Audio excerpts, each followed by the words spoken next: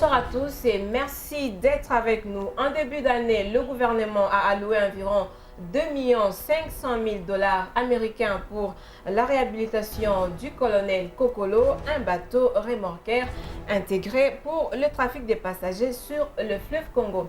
Et ce soir, nous allons recevoir sur ces plateaux M. Maker Mukumbu. Il est ingénieur civil de construction navale. Il est également ingénieur civil en métallurgie, mais aussi directeur du département chantier naval. Pour commencer, retenez que la troïka politique procédera ce mercredi à l'amendement du programme autonome du gouvernement. Une équipe est à pied d'œuvre pour harmoniser des éléments, à savoir la programmation monétaire et la programmation en plan des trésoreries. En l'absence d'un programme formel avec le FMI, le gouvernement veut continuer avec une gestion orthodoxe des finances publiques. Reportage. Des équipes sont à pied d'œuvre pour la mise en cohérence des deux instruments importants du programme autonome du gouvernement, à savoir la programmation monétaire et celle en plan des trésoreries. Ceci pour permettre au pays de disposer d'un document détaillé pour une bonne gestion de la chose publique. Avec ou sans un programme formel avec le FMI, la RDC doit maintenir une gestion rigoureuse en matière de finances publiques. C'est seulement à la prochaine réunion que les membres de la Troïka pourront amender ce document stratégique.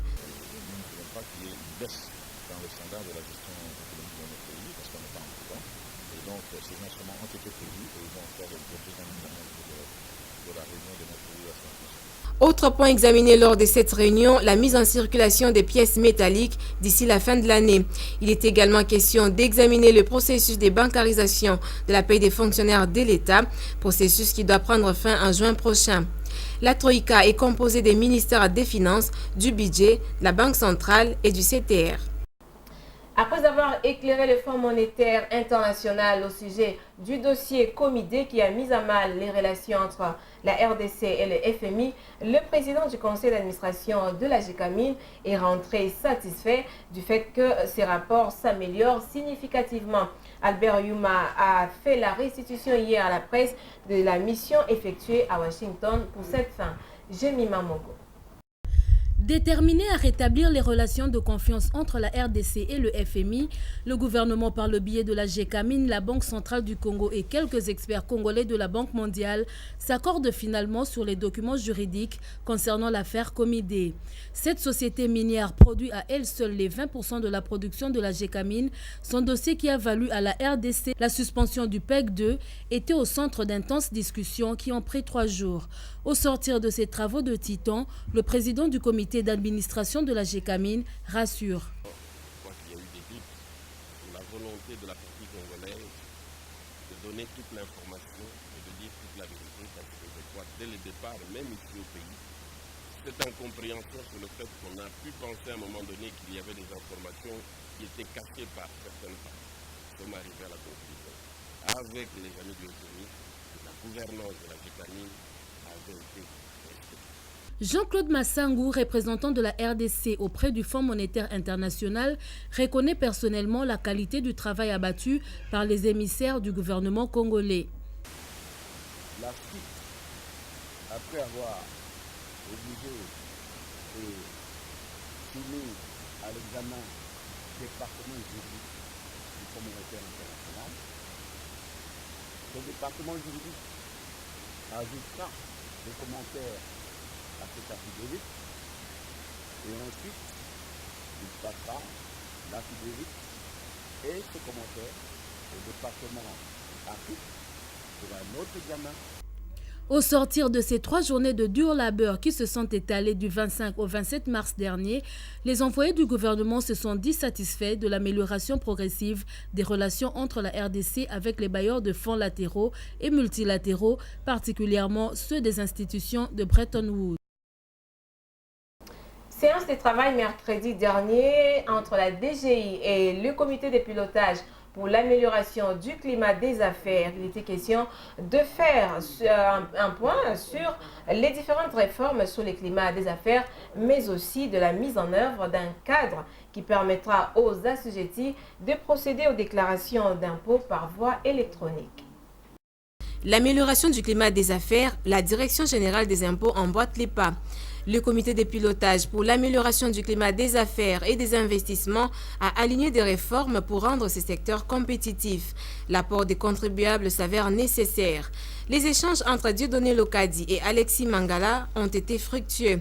La DGI annonce des innovations en matière de la déclaration des impôts et se propose de simplifier les opérations. C'est à travers l'amélioration, l'attractivité du territoire, mieux on attire l'investissement, mieux on a la possibilité aussi d'améliorer le niveau des recettes. Parce que nous ne devons pas oublier que les recettes sont perçues sur les transactions que réalisent les entreprises. C'est-à-dire mieux les entreprises développent les activités, mieux l'État a la possibilité aussi de mobiliser plus de recettes. Pour le CPCAI, toutes ces avancées contribueront à présenter une meilleure image du pays auprès des potentiels investisseurs.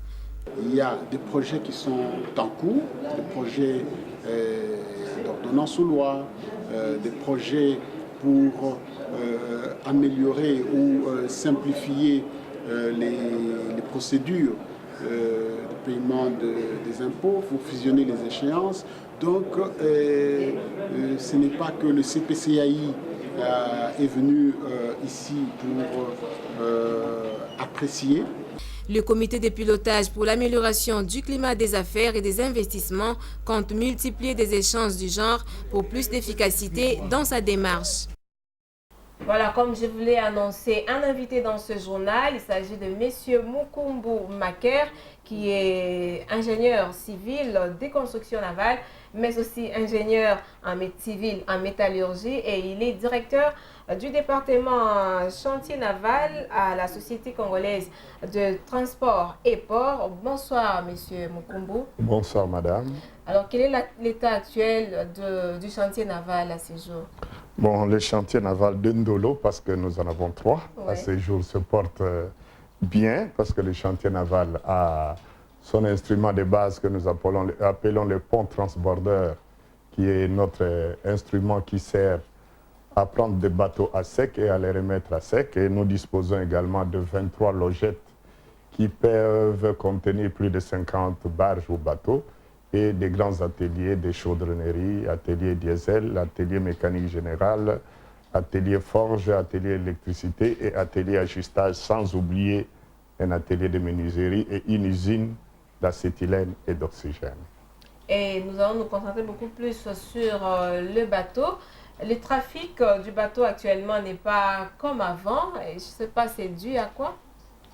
Bon, nous pourrons dire si le trafic n'est pas tout à fait comme avant, cela est dû à la production intérieure, parce que dans le temps, il y avait aussi bien les produits agricoles que les produits miniers, et les bateaux à cet effet, c'était des pousseurs qui transportaient des cargos assez importants, des grandes quantités, des grands tonnages de cuivre et également des grands tonnages de caoutchouc, cacao et d'autres produits agricoles. Et actuellement, comme ces productions-là, soit agricoles ou minières, ne sont plus comme avant, alors avec quel type de bateau on peut utiliser pour évacuer quand même les peu de production qu'il y a à l'intérieur du pays? Bon, d'abord nos bateaux qui sont des bateaux de navigation intérieure dans notre fleuve, étant donné que le fleuve n'est pas profond, ce sont des bateaux qui ont des formes en U. Ce sont des bateaux au fond plat, de telle sorte qu'ils sont larges pour ne pas beaucoup s'enfoncer. Je disais que ces bateaux peuvent s'enfoncer de 1,20 m dans le fleuve, de 1,20 m sur le Kassa et de 0,80 à 0,60 m dans d'autres affluents. Et ce type de bateau, effectivement, la puissance qui est destinée à pouvoir pousser le cargo est répartie sur 2 ou 3 lignes d'arbres. Ce sont ces genres de bateaux qu'il faut produire chez nous et qui disposent d'une voûte à l'arrière pour qu'on puisse y installer des hélices, étant donné, je vous ai dit qu'on n'avait pas beaucoup de profondeur comme dans d'autres rivières européennes ou nord-américaines. Mais est-ce que c'est différent des ITB qu'on a connus dans les temps?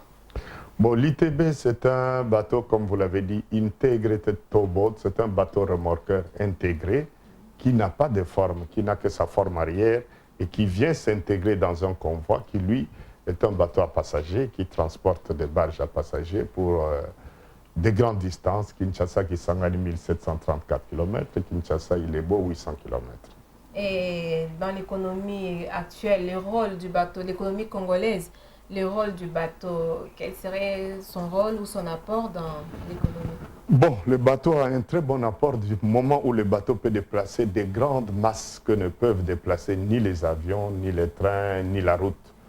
Le bateau à lui tout seul, par exemple, nos bateaux, un cheval vapeur peut pousser à la montée 3 tonnes.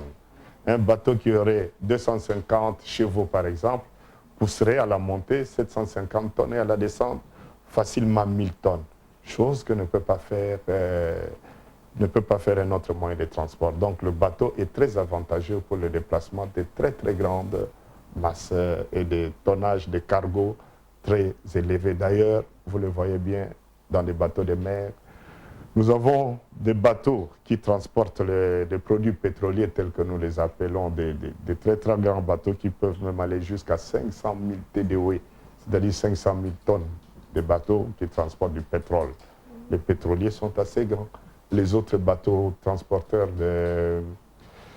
tels que de conteneurs ont parfois 300 000 tonnes. Mais chez nous, à Matadi, il nous arrive des bateaux de 15 000, 20 000 tonnes, pas plus. Est-ce qu'au niveau du chantier naval, vous montez seulement des bateaux ou vous construisez également? Au chantier naval, nous sommes à même de monter des bateaux et de les construire également, de réparer les bateaux et de construire de nouveaux bateaux. Vous pouvez construire un bateau de pêche?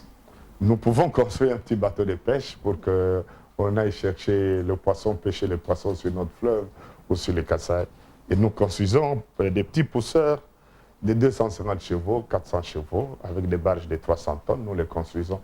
D'ailleurs, en ce moment, il y a un petit pousseur que nous construisons de 2 fois 125 chevaux et une barge de 300 tonnes. Et nous remarquons que sur les fleuves, il y a beaucoup des bateaux chavirent à tout moment, je ne sais pas. Est-ce que vous êtes responsable quelque part ou bien ce sont d'autres constructeurs? Je pourrais dire que nous devons quand même prendre au sérieux notre construction navale. Ne construis pas un bateau n'importe qui. N'est pas médecin celui qui ne l'est pas. N'est pas pharmacien celui qui ne l'est pas. Si on doit construire un bateau, que le connaisseur le fasse. Parce que quand un aventurier va construire son petit bateau, il ne saura pas respecter la stabilité de ce bateau. Le franc-bord, c'est-à-dire la partie qui est en dehors de l'eau, ne sera pas aussi grande parce que cette partie-là constitue la réserve de flottabilité pour tout navire qui se déplace dans l'eau. Et bien d'autres conditions, évidemment, je ne vais pas m'attarder sur des théories. Ici, ce n'est pas le lieu de les exposer. Il faudrait beaucoup de calculs pour construire correctement un bateau. Voilà, merci beaucoup, Monsieur Maker Mukumbu, d'être de nôtre ce soir. Je rappelle que vous êtes ingénieur civil en métallurgie, ingénieur civil des constructions navales, directeur du département chantier naval. Nous allons y revenir, nous reviendrons plutôt à vous prochainement, surtout avec la réhabilitation du bateau Colonel Kokolo. Le gouvernement vous a doté les moyens et au moment opportun, nous ferons un tour du côté du chantier naval pour voir un peu comment est-ce que les choses se passent là-bas. Merci madame et au revoir. Merci beaucoup. Merci beaucoup et c'est la fin de ce journal. Merci de l'avoir suivi. Je vous retrouve la semaine prochaine.